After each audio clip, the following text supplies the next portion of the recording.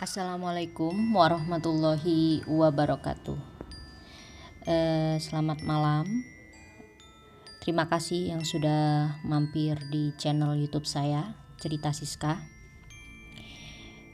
Di kesempatan malam ini, saya akan menceritakan sebuah cerita yang pernah diceritakan oleh teman saya dulu dan kejadian nyata di tahun 2008. Cerita ini berjudul Mereka yang Tak Kasat Mata. Awal mula ceritanya, dia sedang pergi ke pasar. Saat itu dia adalah seorang pedagang. Ya, sebut saja dia namanya Tommy. Tommy teman aku itu bercerita kepadaku ini kejadian nyata di tahun 2008. Saat itu dia pergi ke pasar jam 2 atau jam 3 dini hari seperti itu ya. Kalau orang pedagang kan kayak emang rutinitas ke pasar tiap jam 2 sampai jam 3 dini hari. Dia di jalan saat itu mengalami kejadian mistis. Saat hendak pergi ke pasar, ibunya itu bilang, hati-hati Lole, nanti kalau di jalan melihat apa-apa diringin, kamu klakson aja atau bilang nyun sewu kayak gitu kan. Loh, si Tommy temanku itu bingung, emang kenapa Bu kok harus nyun sewu atau salam dulu, kan biasanya juga lewat jalan mau ke pasar kan ya biasa-biasa aja, nggak ada kendala sama sekali. Terus si ibu jawab, itu loh beringin yang ada di jalan, di kanan jalan di persimpangan itu habis ditebang kemarin. Terus beringin itu habis ditebang, kayak banyak kejadian-kejadian ganjil yang dilihat oleh siapapun yang melewati jalan itu setelah ditebang itu. Jadi kamu nanti kalau lewat sana unjuk salam dulu atau klakson kayak gitu.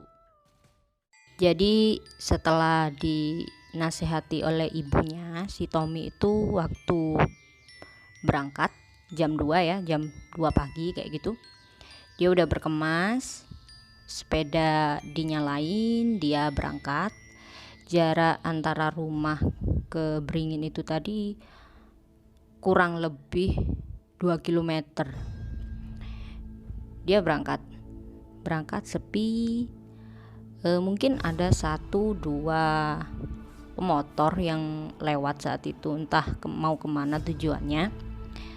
Nggak bersamaan sama Tommy ada di belakang, dan sepeda motor itu ya wis berjalan seperti biasa mendahului Tommy. Gelap saat itu. Memang rumah Tommy ini masih kalau dikatakan hutan sih bukan hutan, tapi kayak banyak pohon pinus atau pohon jati kayak gitu kan ya, entah jati entah karet kayak gitu waktu dulu, tapi sekarang udah nggak ada. Terus dia jalan pelan-pelan waktu malam itu, deket di pertigaan pertama. Dia itu melihat nenek-nenek jalan, ya mungkin menurut Tommy itu adalah orang kayak gitu kan. Jadi Tommy berhenti, "Bok, kemana?" kayak gitu. "Anu le, katene nang ngarep. Anu nak, mau ke depan," katanya gitu.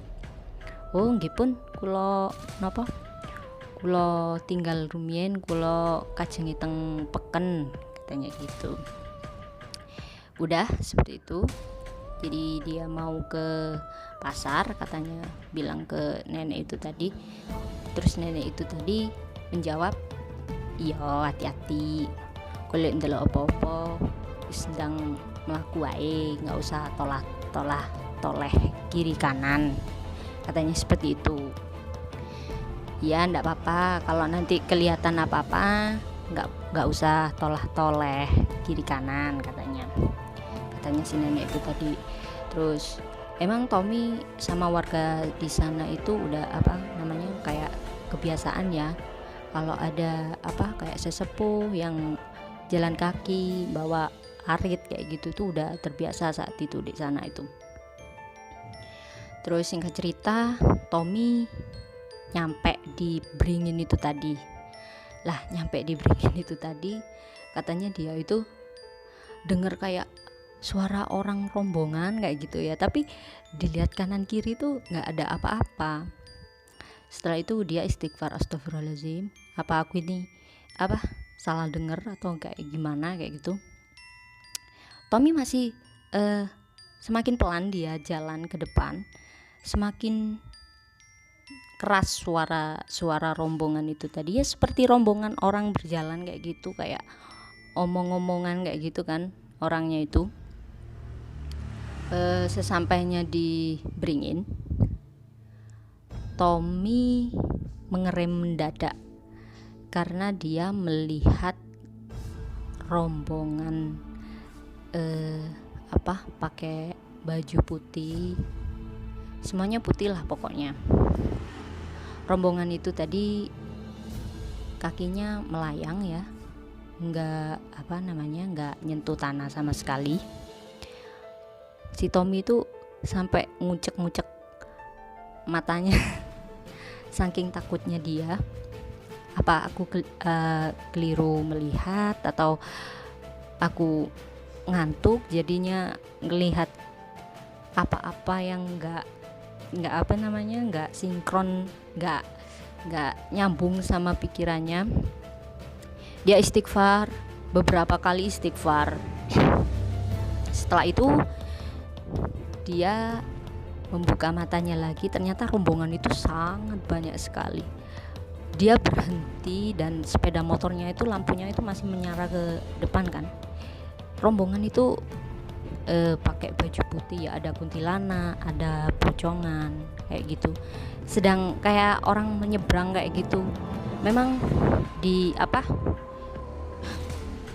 seberang Beringin itu tadi, di depannya itu seberang jalan memang ada kuburan tua kayak gitu. Emang udah dari zaman kerajaan dulu tuh ada itu kuburan, jadi mereka itu berjalan ke arah kuburan itu tadi. Tommy berhenti dan memperhatikan apa yang sedang dilakukan oleh sosok tak kasat mata yang ada di depannya itu tadi. Sampai Tommy istighfar, sampai dia memejamkan mata berkali-kali. Sosok itu tanpa hentinya, gak ada ujungnya gitu loh, nyebrang itu. Jadi rombongan itu banyak sekali. Aku pun shock saat dikasih tahu cerita ini sama Tommy, karena aku mengenal betul tempat itu, bukan cerita itu. Terus si Tommy itu tadi hampir 1,5 jam lah ada di tempat itu, nggak ada motor yang lewat sama sekali saat itu di sana. Baru mendekati subuh, mau azan, rombongan itu berujung. Jadi setelah rombongan itu selesai menyeberang itu tadi, Tommy menyalakan sepeda motornya, terus dia tancap gas sekencang-kencangnya. Dan kejadian itu dia ceritakan kepada ibunya sewaktu pulang dari pasar itu tadi ya. Dan sampai sekarang dia tidak berani untuk ke pasar jam segitu lagi.